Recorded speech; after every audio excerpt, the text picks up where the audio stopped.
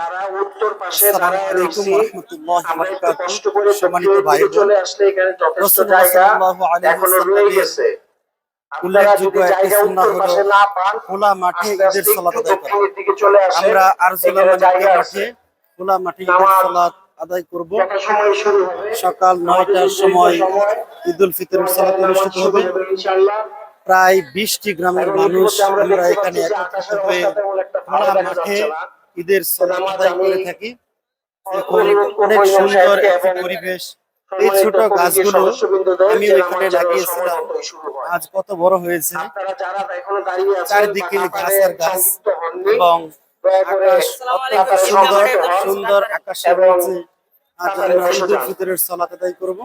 সম্মানিত উপস্থিতি, সম্মানিত তো মুসল্লিয়ান, সকলকে ঈদের শুভেচ্ছা। অত্র ঈদগাহ আল্লাহ তাআলা মাঠে আমাদের নেক আমলগুলো কবুল করুন। বিভিন্ন আমিন। উন্নয়ন প্রকল্প সম্বন্ধে আপনারা যা জানতে পেরেছেন